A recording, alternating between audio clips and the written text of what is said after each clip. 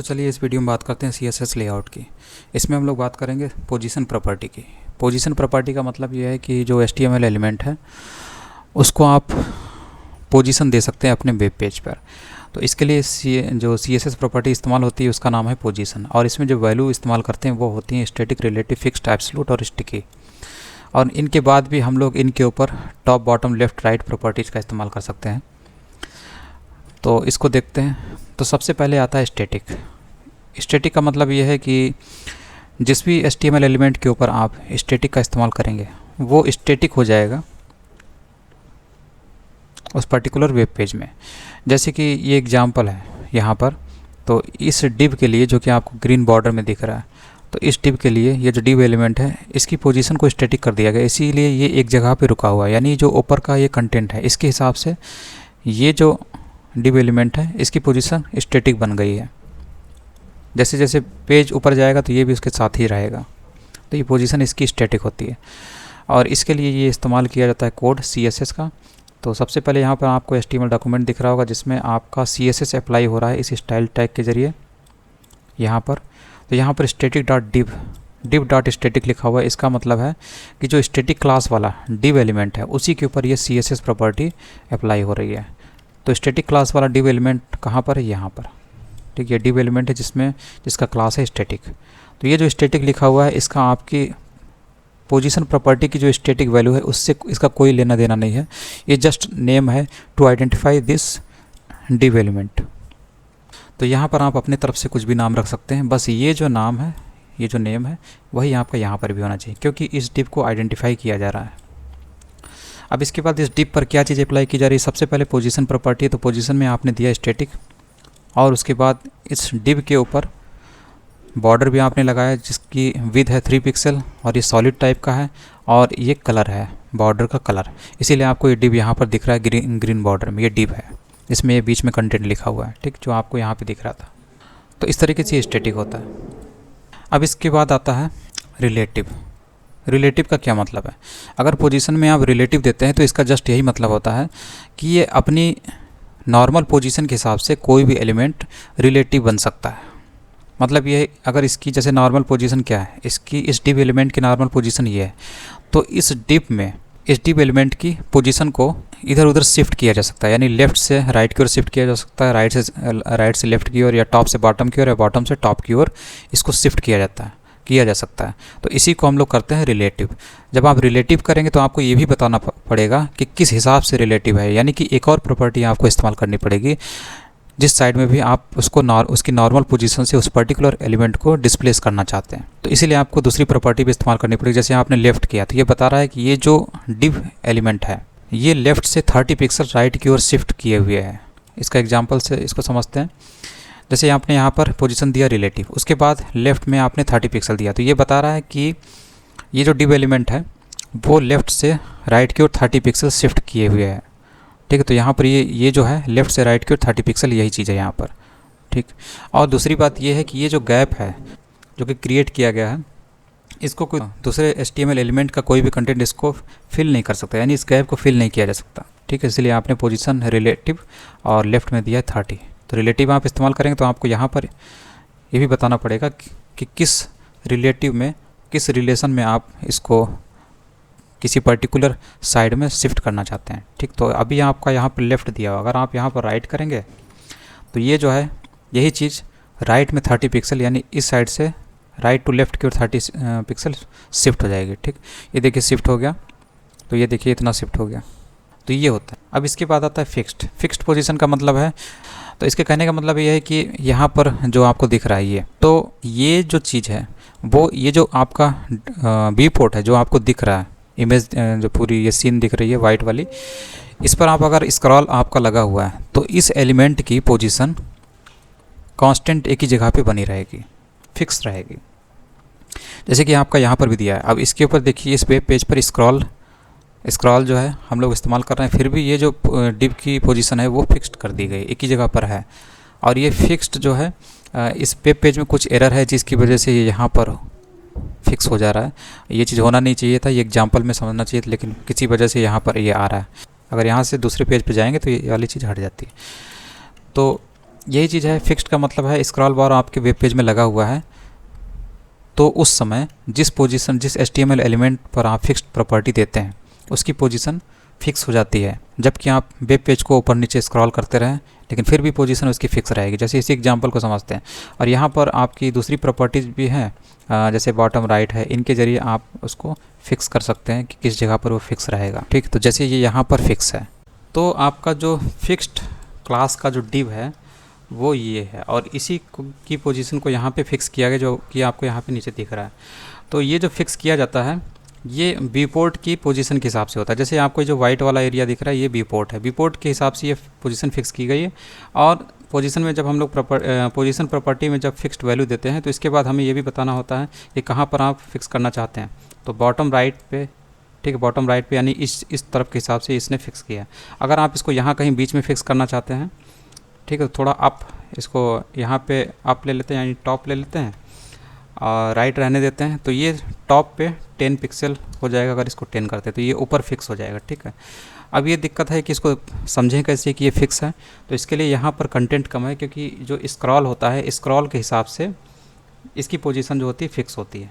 ठीक, तो हमें स्क्रॉल यहाँ पर लाने के लिए यहाँ पर थोड़ा सा डेटा ज़्यादा रखना पड़ेगा ताकि यहाँ पर एक स्क्रॉल डेवलप हो सके।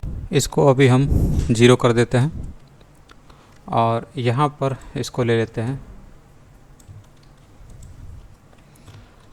इसका डेटा ज़्यादा कर देते हैं ताकि यहाँ पर एक स्क्रॉल जनरेट हो सके। इसके बाद आप इसको रन कराएंगे तो देखेंगे आपका जो ये है स्क्रॉल जनरेट हुआ और आपका ये जो एलिमेंट था डिव एलिमेंट ये फिक्स हो गया, इसकी पोजीशन फिक्स हो गई है। और फिक्स किस जगह पर है? बॉटम राइट पर। ठीक है, तो ये होता है फिक्स विद रिस्पेक्ट टू विपोर्ट और स्क्रॉल के समय ये काम करते हुए दिखता है। इसके बाद है एब्सोल्यूट। एब्सोल्यूट का मतलब ये होता है कि इसमें पोजीशन को एब्सोल्यूट बनाया जाता है और ये भी जो नियरेस्ट पोजीशन होती है अनसेस्टर की उसके हिसाब से ये पोजीशन रिलेटिव होती है।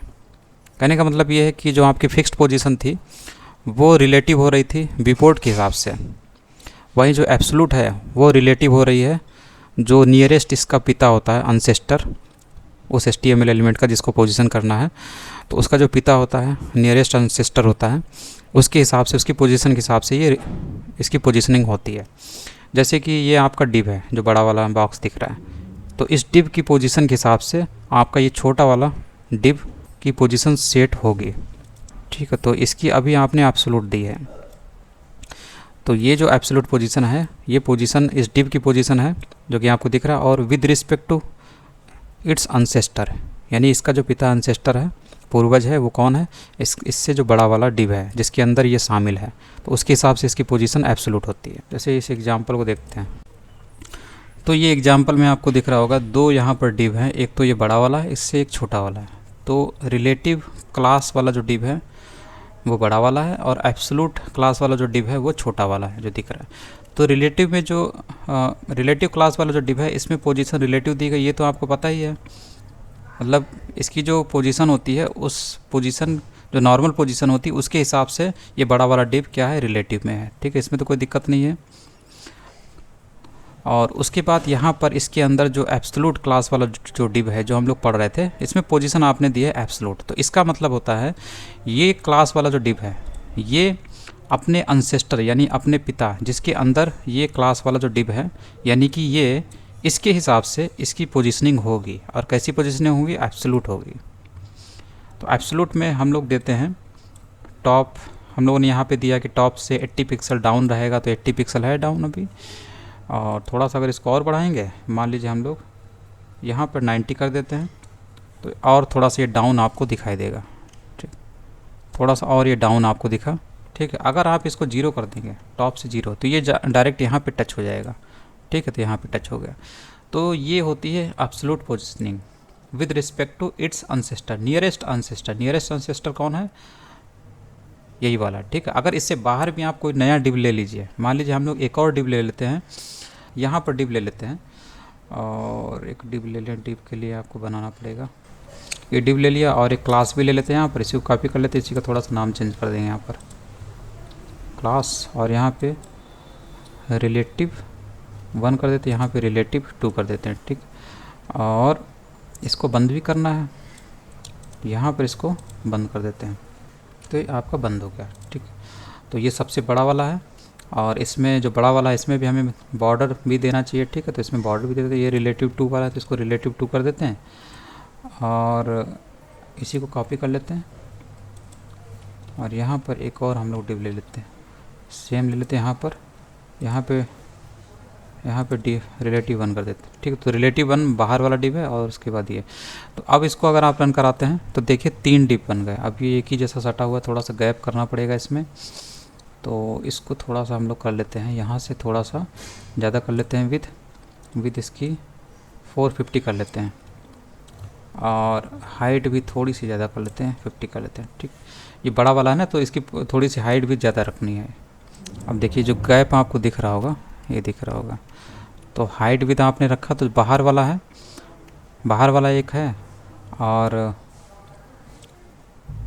अंदर वाला आपको दिख रहा होगा। तो आपको मेन समझाने का ये है कि ये जो एब्सोल्यूट क्लास वाला जो डिव है वो अभी भी एब्सोल्यूट पोजीशन बता रहा है with respect to its nearest ancestor. तो इसका नियरेस्ट अनसेस्टर कौन है? यही तो है रिलेटिव टू वाला डिव, यानी कि जिसके अंदर ये है, यानी कि ये जो किसके अंदर है, ये छोटा वाला बॉक्स जो है, इससे जो बाहर वाला बॉक्स है इसके अंदर है। देखिए आपको दिख रहा होगा, ये जो है रिलेटिव टू वाला इसके अंदर है, ये एब्सोल्यूट वाला, ठीक।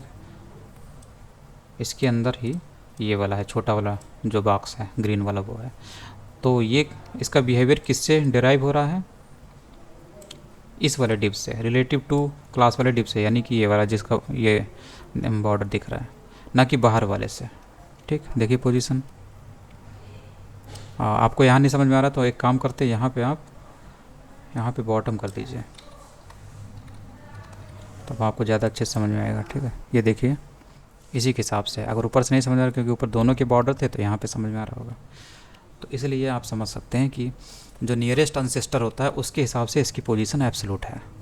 तो नियरेस्ट अनसेस्टर माने मतलब जो इसका सबसे नज़दीकी पूर्वज है, छोटे वाले बॉक्स का।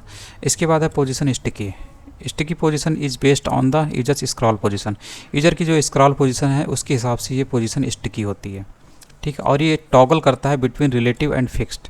तो रिलेटिव फिक्स्ड के बारे में अगर आपको पता है तो आप समझ गए होंगे कि स्टिकी का क्या मतलब होता है। जैसे एग्जांपल ग्रुप में ये वाला आप देखिए, ये फ्रेम की तरह है, आई फ्रेम, और इसके अंदर आप स्क्रॉल लगा हुआ है, तो ये पोजीशन जो है यहाँ पे फिक्स हो गई है, तो ये स्टिकी की वजह से है। तो ठीक है, तो इस तरीके से अगर आपको काम करना है तो यहाँ पर आप स्टिकी का इस्तेमाल कर सकते हैं। और उसके बाद है कि आप सफारी इस्तेमाल कर रहे हैं या सफारी में आपको डिस्प्ले कराना है वेब पेज, तो उसमें आपको वेबकिट डैश नाम का प्रीफिक्स भी इस्तेमाल करना पड़ेगा। अगर आप कोई इस तरीके की कोई चीज़ें इस्तेमाल कर रहे हैं, पोजीशन में जो वैल्यूज है स्टिकी इस्तेमाल कर रहे हैं, तो इसके साथ आपको वेबकिट भी इस्तेमाल करना पड़ेगा। बस इतना सा दिया हुआ है।